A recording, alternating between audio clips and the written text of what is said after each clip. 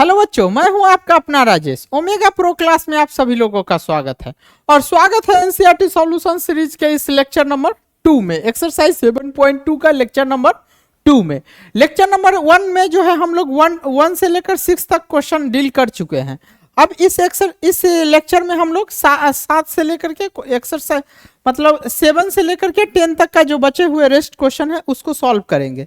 तो इसमें देखिए क्या है, क्वेश्चन नंबर 7 क्या है, एक सर्किल है, एक क्या है, सर्किल है, और सर्किल का ए भी एक डायमीटर है और उसका एक सेंटर ओ है। डायमीटर जो सेंटर का कोऑर्डिनेट दिया है कितना, 2, -3, 2, -3,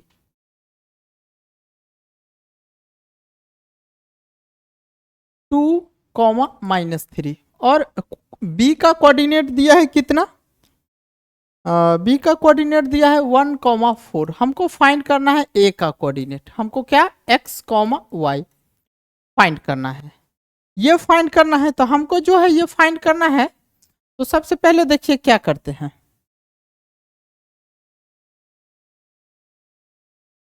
x, y है ऐसे, तो मान लेंगे let coordinate of A x, y। अब क्या है, ए बी इज डायमीटर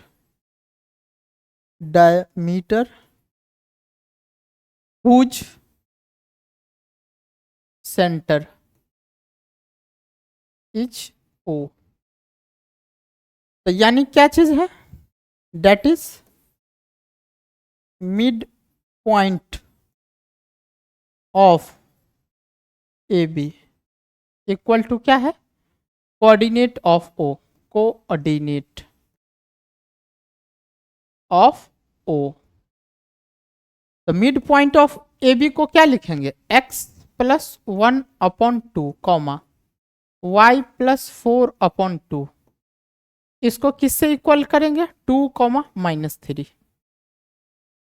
अब क्या करेंगे, इसको इक्वल करेंगे तो x + 1/2 = 2, y + 4/2 = -3। तो x + 1 = 4, y + 4 = -6। तो x + 1 = 4, तो x = 4 - 1, तो x = क्या होगा 3, और x = क्या हो जाएगा, x = -6 - 4, सॉरी y, तो y = क्या है -10। तो a का कोऑर्डिनेट क्या था हमारे पास, x, y। तो a का कोऑर्डिनेट जो हो जाएगा क्या होगा, 3, -10। ये हमारा क्या आया, आंसर आया हमारा। ये क्या आया, इसमें भी क्या था, एक सर्किल था, सर्किल का डायमीटर दिया है, डायमीटर के 1 एंड का जो है क्या चीज, 1 एंड का जो है कोऑर्डिनेट नहीं दिया है, उसका सेंटर दिया हुआ था। मिड पॉइंट का फार्मूला लगाए, मिड पॉइंट का फार्मूला लगाकर प्रोसीड किए, आंसर आ गया हमारा, आंसर आ गया, कोई बड़ी बात नहीं थी। क्वेश्चन नंबर इसके बाद 8 देखते हैं।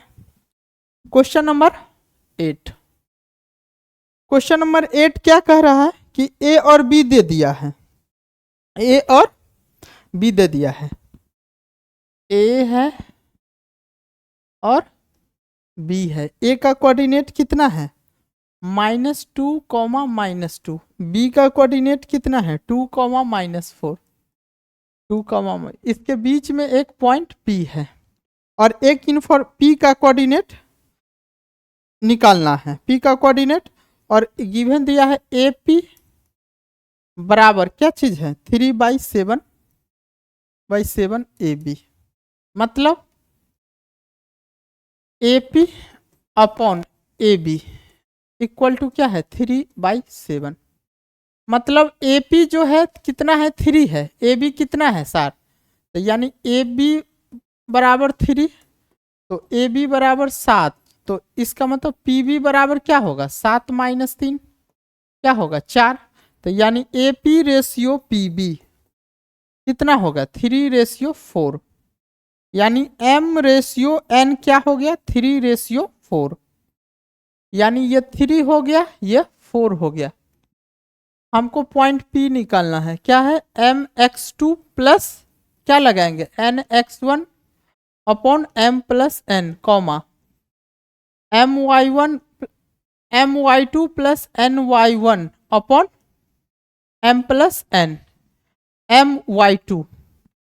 अब क्या करेंगे, m का वैल्यू देखिए कितना है 3 है, x2 का वैल्यू 2 है प्लस n का वैल्यू 4 है इंटू x1 का वैल्यू क्या है -2 है बटा 3 प्लस 4 है कॉमा m का वैल्यू क्या है 3 है इंटू y का वैल्यू -4 है प्लस n का वैल्यू कितना है 4 है इंटू y1 का वैल्यू क्या है -2 है अब बटा 3 प्लस 4 है। क्या कर सकते हैं इसको, देखिए 6 minus 8 upon 7 comma -7 minus 8 upon 7 क्या होगा, ये -2/7 कॉमा -15/7 ये क्या आएगा हमारा P, ये हमारे P का कोऑर्डिनेट आया। क्या कुछ नहीं था, सॉल्यूशन दिया हुआ था, A और B का कोऑर्डिनेट दिया था, बीच में एक पॉइंट P दिया था, एक रिलेशन AP बराबर 3/7 AB था, उसके अनुसार से हम AB को इधर लाए, मल्टीपल था इधर आया डिवाइड में आया, डिवाइड में आया तो ये 3/7 आया, तो यानी AP का वैल्यू 3 था और टोटल 7 था, तो PB कितना बचेगा 4 बचेगा, 7 माइनस 3। उसको सॉल्व किए, इसको सॉल्व किए, हमारे पास ये क्या आया, ये आंसर आ गया, कोई दिक्कत नहीं था। क्वेश्चन नंबर 9 जो है क्या है, क्वेश्चन नंबर 9, क्वेश्चन नंबर 9 क्या है, find the coordinate of the point which divide the line segment A and be in 4 equal part. मतलब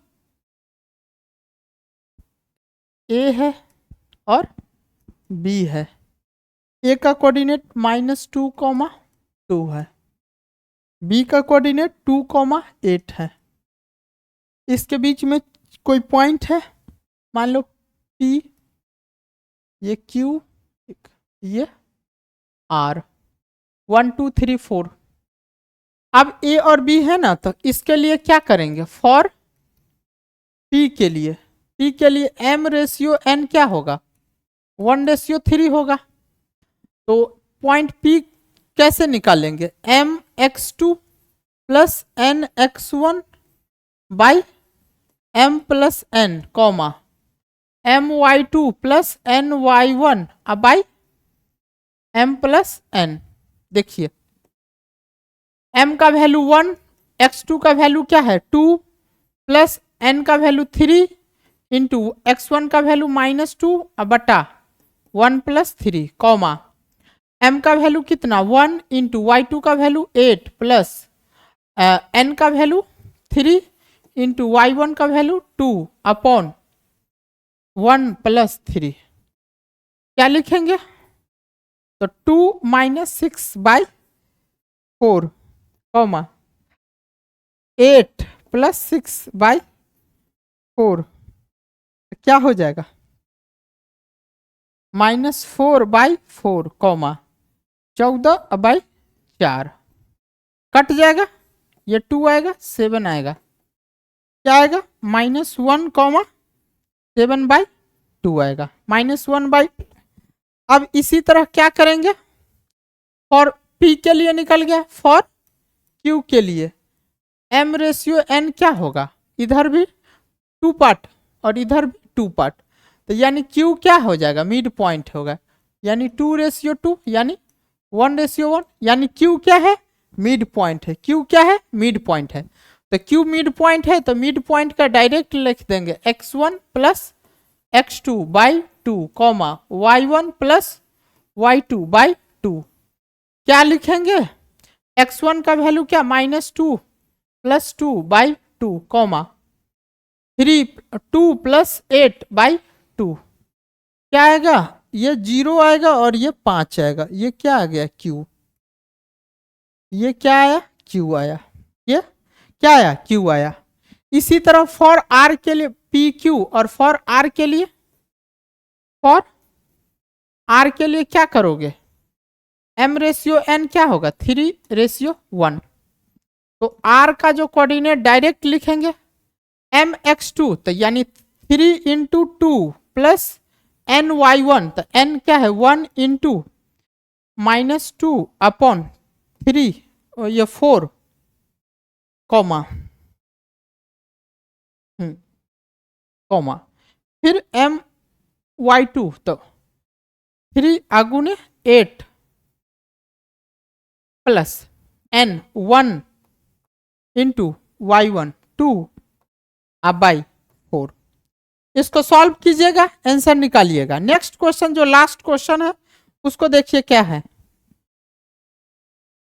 उसमें क्या है कि कोई क्वेश्चन नंबर 10, क्वेश्चन नंबर 10 क्या है, find the area of rhombus. एक रोम्बस है इस तरीके से, ए है, बी है, सी है और डी है। तो रोम्बस क्या है, तो ये क्या है 3,0 4,5 -1, -1, -4 -2, -1। हमको इसका एरिया निकालना है। ए बी सी डी क्या है, रोम्बस है। A B C D is a rhombus, rhombus A B C D is a rhombus. Rhombus है तो इसका क्या निकालना है हमको, इसका क्या निकालना है, एरिया निकालना है। एरिया निकालने के लिए क्या करेंगे हम लोग, इसके डायगोनल निकाल लेंगे। तो एरिया ऑफ क्या होता है, product 1/2 into product of diagonal. तो यानी पहले ए सी का डिस्टेंस फार्मूला से फाइंड कर लेते हैं। देखिए तो 3 + 1 का होल स्क्वायर प्लस डायरेक्ट 0 -4 का होल स्क्वायर, तो √16 + 16 क्या आएगा, √32 यानी 4√2 आएगा। अब इसी तरह बी डी कर लेंगे। बी डी क्या हो जाएगा, बी डी √ क्या हो जाएगा 4 + 2 का होल स्क्वायर प्लस इसको क्या करेंगे 5 + 1 का होल स्क्वायर। तो बी डी बराबर क्या हो जाएगा, √36 + 36। तो बी डी बराबर क्या हो जाएगा, √72। तो बी डी बराबर क्या हो जाएगा 6√2, 6√2। अब एरिया क्या होता है, एरिया ऑफ रोम्बस, रोम्बस क्या होता है 1/2 इंटू D1 इंटू D2, यानी first diagonal into second diagonal. तो 1/2 इंटू D1 कितना है AC इंटू D2 क्या है BD। तो 1/2 इंटू D1 क्या है 4√2 इंटू 6√2। तो 1/2 इंटू 24 अगुने 2 कट जाएगा। तो एरिया कितना आएगा 24, ये आया हमारे पास एरिया। वीडियो कैसा लगा होगा, वीडियो श्योर आप लोग को अच्छा लगा होगा। अच्छा लगा होगा तो इसे लाइक कीजिएगा, शेयर कीजिएगा, सब्सक्राइब कीजिएगा। Thank you very much.